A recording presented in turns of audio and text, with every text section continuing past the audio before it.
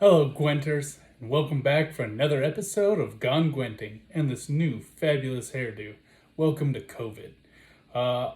Picked a buzzer setting a little too low, so we're just trying out the new Brad Pitt look, but not quite pulling it off. Anyway, let's jump into this. Today, we're going to cover our second starter deck. I'm going to pick Northern Realms.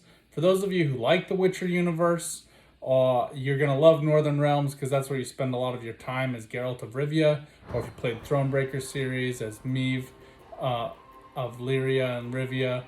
But I think more importantly, for people who want to connect with some more familiar faces, as it were, instead of ugly monsters, Northern Realms are more approachable. They're kind of your run-of-the-mill everyday characters. So let's jump right into it. So I'm going to be launching a Northern Realms starter deck. I'm going to walk through a few of the cards just as we do gameplay. So we'll come in here to play, do an unranked classic match. You can see on the bottom I've selected Northern Realms starter and just jump right into a match. Biggest thing to know about Northern Realms that's quite a bit different from monsters is they rely on synergy. Monsters, you can have some big, I'd call them hero cards, like Old Spear Tip that's worth 9 points to kind of shift the landscape of the game. Northern Realms, you really rely on certain characters working with other characters. So as an aside, I really want to talk today about using your redraws. So, one of my favorite card combos here are the Tridam Infantry and the Temmerian Drummer. I'll get into why they work so well together, but they are a great combo. Now, Ronvid is a great character to get first round, and then Blue Stripes Commando is one of those summon characters, so we need to make sure we don't have any others like him. Medics, they have their uses, but they're kind of trash. So I'm going to try to redraw a medic. Nenike is great, and we'll redraw this Azor's Thunder. Oh, got to get rid of him. Perfect. And we got our bonded ability here on our Siegecraft, which I'll get into as well. So, first thing, as we talked about before, you start off with 10 cards.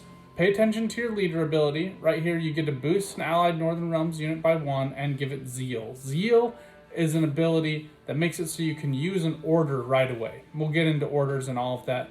I'm going to do a special video all about orders, charges, formation. Today, I just want to focus on synergy characters. So, I talked a bit before about Tridam Infantry.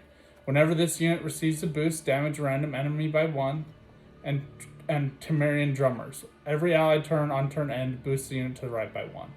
But because I'm a little bit worried about those characters getting locked or killed right away, instead I'm going to throw down the Siege Tower. It gains Vitality for 3 rounds, so he's going to passively get me a point each round for the next 3 rounds. Pardon that, I have the adaptive touch on my iPad so I can use a mouse, which is phenomenal, by the way. If you're ever thinking about using one, highly recommend it. Alright, Iron Falcon Troubadour has great synergy with the rest of the Iron Falcon troop and the bandits. He'll give 2 armor to a unit in your hand, plus he's worth that 4 base power. Also take note here, his special ability is spawn and play Tempering, which will boost an ally by 5. If it's a dwarf, give them 2 armor. So he's going to have a really armor-reliant deck. Oh, the other thing that does, all dwarves in your starting deck get 1 armor to start with. So it's the newest ability for Scoia'tael. Kind of fun, but don't worry about it if you're a new player. You're not going to be using it for a while. Alright, he didn't do anything. He tried to lock down my unit. So what I'm actually going to do here is I'm going to throw down this Lyrian Arbalist. Now he has an order, so he has to wait a turn to use it. And he gains 1 charge every time I play a card. So I could use my Zeal, my special leader ability, and it would unlock his order right now. I would not have to wait till next turn, but I'm not going to do that. As you've seen with my prior video on monsters, a lot of the first round is just teasing out cards, using some lower cards to try to milk the other character. He right now is kind of doing the same thing. He's playing these Mahaka Marauders. He's boosted their armor, so they're at 3 armor. So it would take me a lot to chisel that away and get down to his vitality. So those are good cards, especially if he has both of them. He can play them both, and the second one will get vitality for 4 turns instead of just 2. So I anticipate that'll probably be his next move. So let's actually get our Blue Stripes Commandos out. Now these guys are orders, so I have to wait a turn to use them. I'm feeling pretty safe, so I didn't use my leader ability. Could have been a mistake, but I don't think so. And like I anticipated, he played that other Mahaka Marauder right away. Now, the reason why I anticipated that is because he has to wait 4 turns to get that benefit. And like we talked about with card count last time, he doesn't want to wait too long for that to happen. So I'm going to call in this Blue Stripes Commando.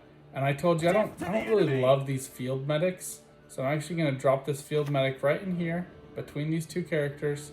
And she will boost each of them by 2. So she's a 5-point play if you can play her between 2 units. At only 4 provision costs. So, you know, she is a net benefit. But I just find that the boost isn't as good as I like it to be most of the time. Alright.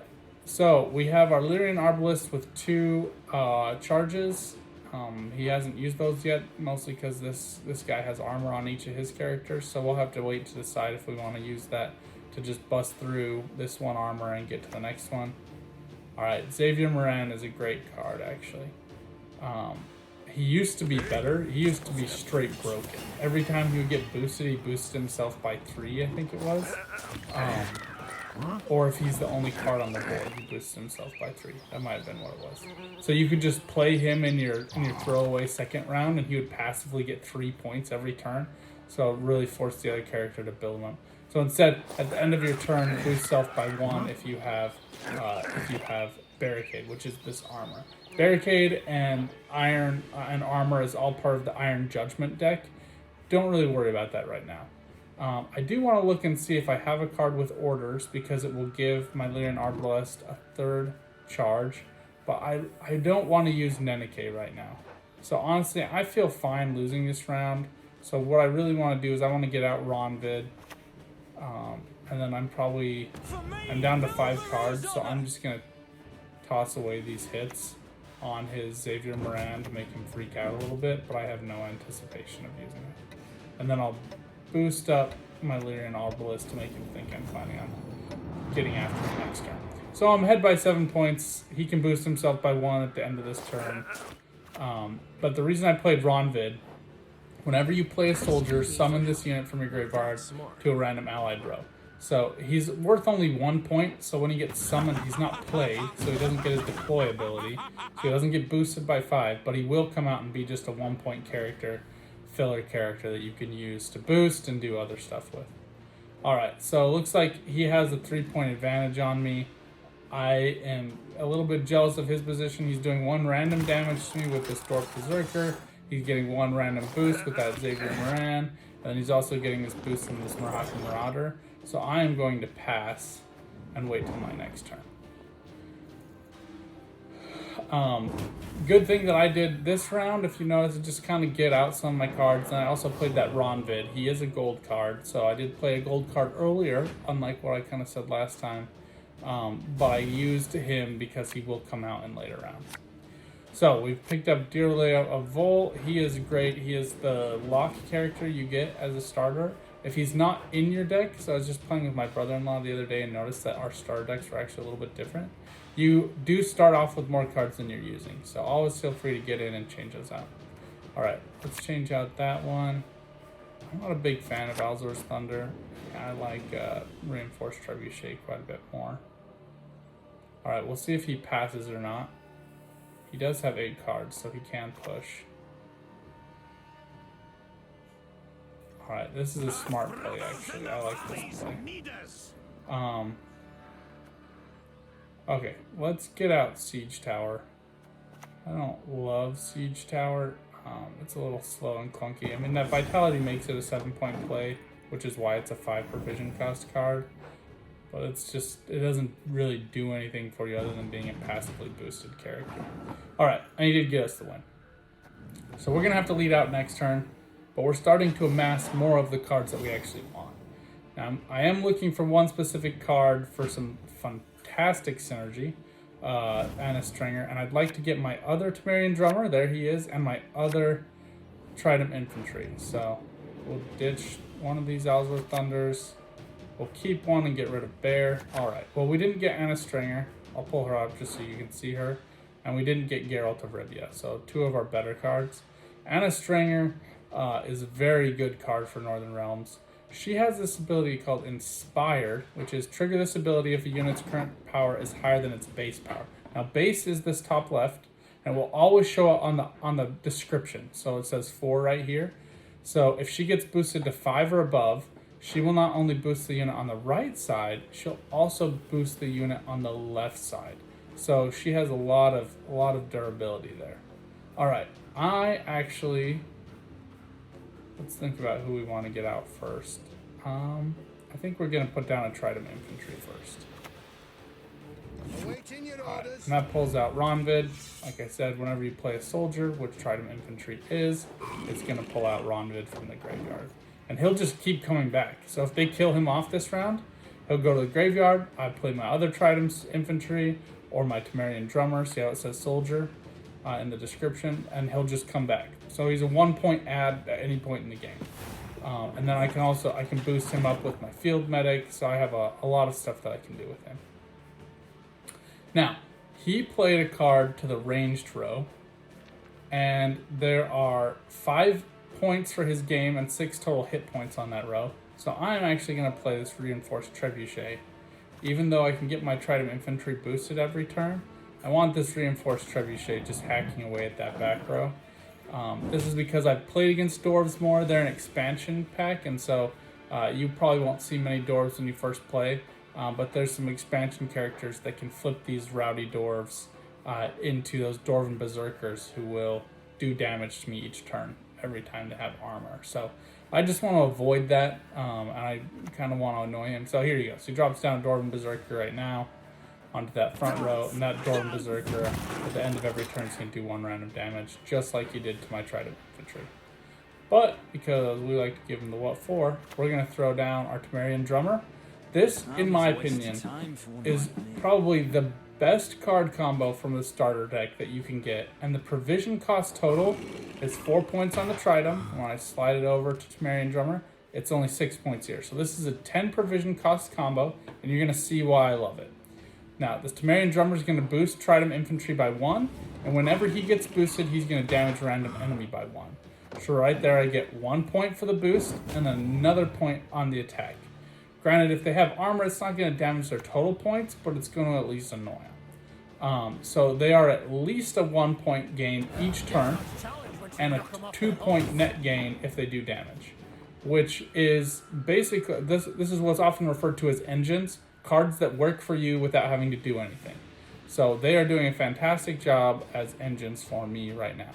Now I'm going to start the second line of this train. We're just going to get this Temmerian Drummer in here. I'm going to boost the other Temmerian Drummer just so he has some more durability. Now, he's also played Phineas Merluzzo, who is a fantastic card. In the Iron Judgment expansion, which is where that armor comes from, they added Defender cards, which is the opponent cannot target other cards on this row, so I have to attack this card if I want to attack a specific card. Otherwise, I have to just do random attacks, which is what that Tridam Infantry is doing for me. And it looks like he is building towards exactly what I was worried about. But we're going to get down this other Tridam Infantry, and we're just going to keep peppering him with these random attacks at the end of every turn. So there we go, look at that. Getting in that 1 damage from the ranged row, and then 2 damage from this row. He's leaning on his Zoltans for the boosts and the damage. And we're going to just jump right in here. I'm going to throw down this medic to get the boost. And I really want these rowdy dwarves dead, so you're going to watch me. I'm going to use my leader ability. I don't have any characters that need the zeal, so instead I'm going to give the boost to my Tridams and let them try to kill that one. Okay, perfect. I think that's okay. If he ends up with just 1, I'm alright with that. Alright, now I'm still going to get that 3 damage. He's no longer playing on his ranged row because of that Trebuchet as well, so I got to get them all bunched up. Ooh, Mahakam Defender is a great card. This is in the starter deck for Squeezetail, but I'm going to run through how to use them. But basically, if they are boosted, which again you can see this is his base, so if he is at 5 or above, every allied turn on turn end boosts self by 1 if it's boosted. So he's just going to get 1 point every turn without even having to do anything or being next to anyone. So I think he's a great solo card, one of the best ones you can get. And he's only a 5 provision cost as well. So if you can get him boosted using a passive or a special ability or something, he's a great card to do. Alright, but we are going to drop in Neneki here. She has to be played to the range row, which is why it's all lit up. But once she is, we can just go to town. We can just boost these Tridam Infantry, and they're going to do a damage each time they get boosted. So it's basically a net 2-point play, again, unless you're playing against armor, which I'm glad this is the person I got paired against to show this to you, just to show how, you know, there's pros and cons. Armor is a great counter to the passive damage. Alright, so his deploys deal 3 damage. He's going to try to take out that Temmerian Drummer. So in order to get some more damage in here and to keep them alive, I'm going to play Stennis. I'm going to play him on the ranged row. I'm just going to lay down 4 boosts all across here. Get the 2 damage. And then I'm actually going to boost up one of these Tridam Infantry again. Oh, it's a little bit wonky on me. There we go. Alright. There we go. And another benefit here too, we've drawn down the armor on that Figus. So we can finally use this Alzor's Thunder and do some damage here. So we'll use Alzor's Thunder. Just give him a bit of a scare. I mean, the luck it would take to get the attack on that one character is pretty big. But right now, we've got a 15-point lead. See how he's clustered all in this row. Now, you can have a maximum of 9 characters on a row, which he is at. So, we're going to have to throw away Diruge of Vol because he's not going to be able to target anyone. But this is a good way to show you how that would work. So, you would play this card. His deploy is Lock.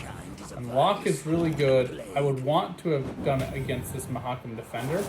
Had he locked him, he won't get boosted at the end of every turn. But let's see how this guy rounds this out. So, again, this is a Northern Realms starter deck. I think we might just have pulled off the win right there. Yeah, we did, by 2 points. So, again, starter decks aren't as great as other decks, but Dwarves were the meta probably 3 seasons ago and are still a very viable deck. And Living Armor is a very potent card. I mean, you saw him throw down 10 points. So anyway, that's a little bit about how I'd walk through Northern Realms. That's how they can work together, and that's one of the best card combos in the game. That Temmerian Drummer Tridam Infantry combo is something that's used in the Uprising meta right now, which is one of the top 3 decks that's currently being used for this season of the Elves. And it probably will be for the foreseeable future. I mean, Visigarde is a beast. But more on him later. That'll be on my formation video. I think the thing to focus on for you right now is to just get out there, try out this deck, see how it can work for you, get a better sense of orders, how you can use those to do specific actions, and then also to get those passive engines going. So those cards that boost and do attack at the end or the beginning of your turn without you having to play anything else. Northern Realms is the best deck to practice that. But for now, get out there, go Gwenting, and don't cut your hair like mine.